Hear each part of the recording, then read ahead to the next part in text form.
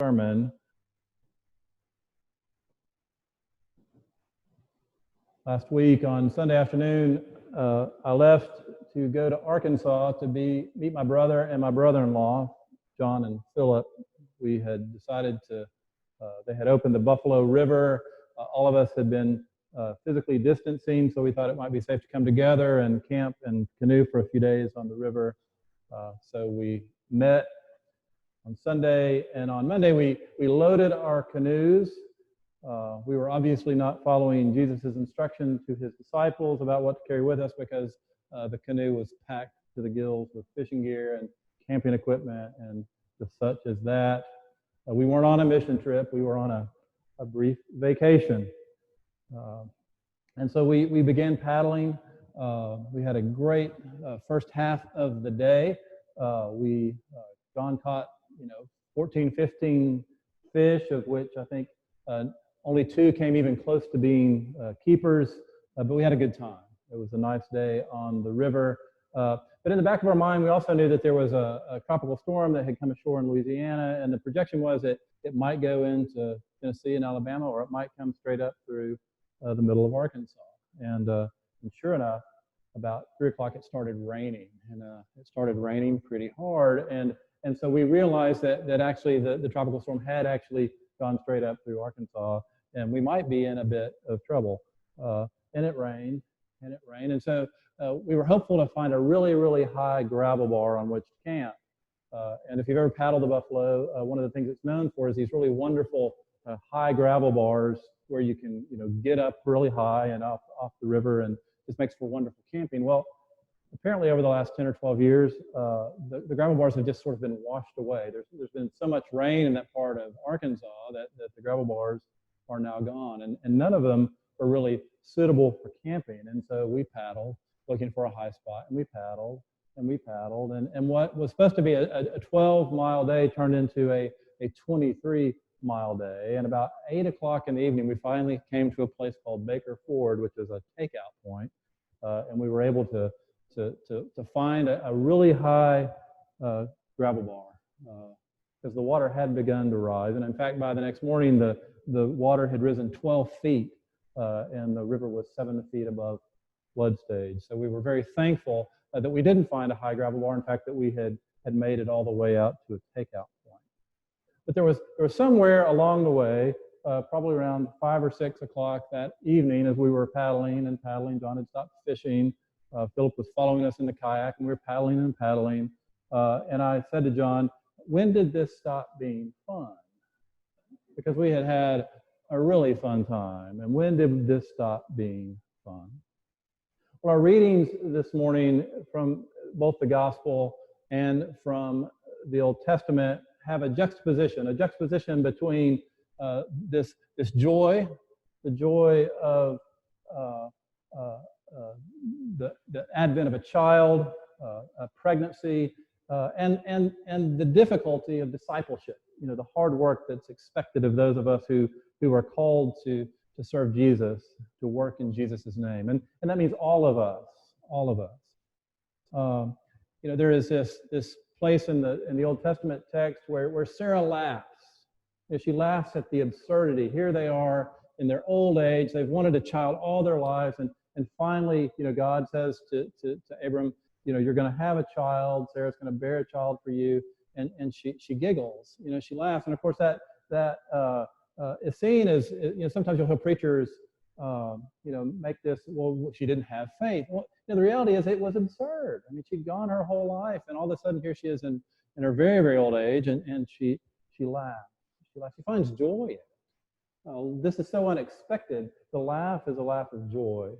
I remember one time the bishop in Alabama, he said to me, Steve, Ascension needs more joy in their worship. You need to laugh more. And of course, here they have this serious guy as their priest, and I'm thinking, okay, how can I bring more joy into this place? But there is this challenge that we face as Christians is to find the joy in the midst of the hardship, in the midst of the difficulties of living out our faith. So when Sarah laughs, we shouldn't see that as someone who's lacking in faith. We should see that someone who's taking joy in sort of the absurdity of her position and the absurdity of her faith, because sometimes our faith is a little bit absurd. One of the challenges I think that we face and are continuing to wrestle with, and it's been writ large in the weeks as we've moved on in recent weeks, which is this idea is what is the church's mission? And who is the church's mission for and to who? And of course, our lesson gets to the heart of that. You know, the church's mission is to everybody. There's a wonderful John Stott sermon where he says it over and over again is everybody. You know, he's talking about who is included, everybody. And he has this really wonderful, deep British voice. You know, everybody, and he hammers it again and again. And of course, I feel like I hammer this again and again, so this sermon may seem old to you. But this area where Jesus and his disciples were called to minister in, this area that we now call Israel and Lebanon and Jordan, you know, was a crossroads. It was a crossroads between Europe and Asia. We kind of think of it as sort of these isolated little towns, and yet there was a lot of people in and through there going to Europe to drop off spices and coming back and forth. It was a trading route. There were lots of people in and out. This area was an amalgamation of humanity. We sort of think of it as you know, there was only these tight-knit Jewish people. Well, that's who lived there, but that's not who crossed through there. There was a lot of things going on. It was the center of commerce. You had to travel from there to get to there. It was one of those kinds of places. So people of different hues, different creeds, different nationalities, different religions, again, were all represented either one way or another. And so here we have this idea of discipleship and ministry, and who is our mission and ministry to. And the disciples were going to wrestle with that. That was going to be the question that after Jesus died and was resurrected and ascended into heaven is who is the church called to serve? Who is the church called to serve? And of course, our church, the Episcopal Church, the American Christian Church, has wrestled with this in our history ever since that time. You know, rich, poor, descendants of slaves, descendants of masters. You know, how do we worship together as one? Who is included? How are they included? Should we ordain them? Should we not? How does this all work? And these have been questions that we have wrestled with in our history since the inception, since the first settlers landed at Jamestown with the Book of Common Prayer. About 5 or 6 years ago, prior to the Supreme Court decisions on whether people of the same sex should be allowed to be married, there was a group of young people in the church that had made the decision that they were not going to get married until all people could be married. So there was this delay, at least amongst a small group of people, that unless my friends can be married, then we are not going to be married. And what it said to me was that these kids get it. Do they understand what the church is about, who our mission and ministry is to? It's not just to the elect, to the specific, but to everybody. To everybody.